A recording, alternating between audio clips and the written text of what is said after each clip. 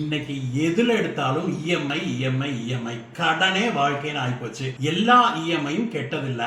ஆனா சில இஎம்ஐகள் நம்மளுடைய எதிர்காலத்தையே கெடுத்து குடிச்சவராக்கிடுது, நம்மள கடன்ல தள்ளிடுது. நம்ம என்ன பண்றோம், லேட்டஸ்டா எதையோ பாக்குறோம், உடனே நம்ம கார்டு எடுக்கிறோம், கார்டை போட்டு தேய்க்கிறோம், கிரெடிட் கார்டுல போட்டு கடன் வாங்கி இஎம்ஐ கட்டுறோம்.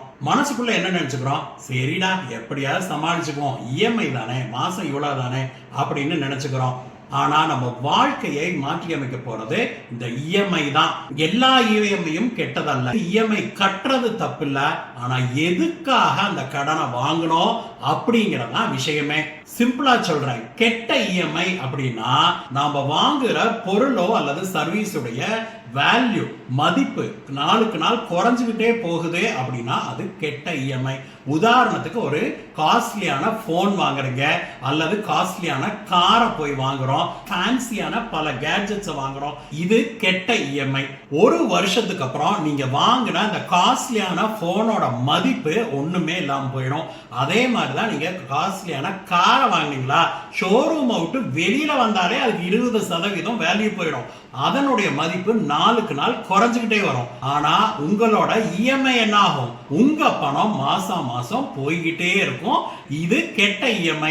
சரிங்க சார், அப்ப நல்ல இஎம்ஐனா என்ன? நல்ல இஎம்ஐ அப்படிங்கிறது ஒரு முதலீடு மாதிரி. ஒரு எஜுகேஷன் லோன் போடுறீங்க, உங்களுடைய தொழிலுக்கு தேவையான உபகரணங்கள் எதையா வாங்குறீங்க, நீங்க உங்களுடைய தொழிலுக்கு லேப்டாப் வேணுமா, லேப்டாப் வாங்குறீங்க, அல்லது ஒரு மெஷினரி வாங்குறீங்க, இதெல்லாம் கடன் போட்டு நாம வாங்கி அதுக்கு இஎம்ஐ கட்டுறோம் அப்படின்னா இது நல்ல இஎம்ஐ. ஏன்னா இந்த பொருட்கள் எல்லாம் நமக்கு சம்பாதிச்சு கொடுக்க போகுது அல்லது அதனுடைய மதிப்பு கூடிக்கிட்டே இருக்க போகுது.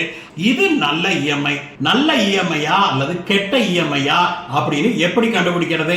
எந்த ஒரு பொருளை வாங்குறதுக்கு முன்னாடியும் ஒரு நிமிஷம் யோசனை பண்ணுங்க, இந்த பொருளுடைய மதிப்பு நாளுக்கு நாள் கூடுமா, இது எனக்கு சம்பாதிச்சு கொடுக்குமா? அந்த கேள்விகளுக்கு ஆமா அப்படின்னு உங்க மனசு பதில் சொல்லுச்சுன்னா அதை நீங்க வாங்கலாம்.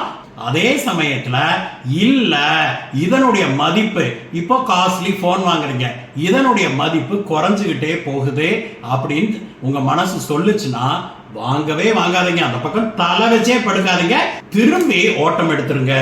இந்த மாதிரி மணி டிப்ஸ் வேணுமா, பாலாசோமு மைண்ட் டாக்கை ஃபாலோ பண்ணுங்க. உங்களுடைய நண்பரோ சொந்தக்காரங்களோ ஒரு காஸ்ட்லியான போனை வாங்கி இஎம்ஐ கட்டிட்டு இருக்காங்களா, அவங்களுக்கு இந்த வீடியோவை ஷேர் பண்ணுங்க.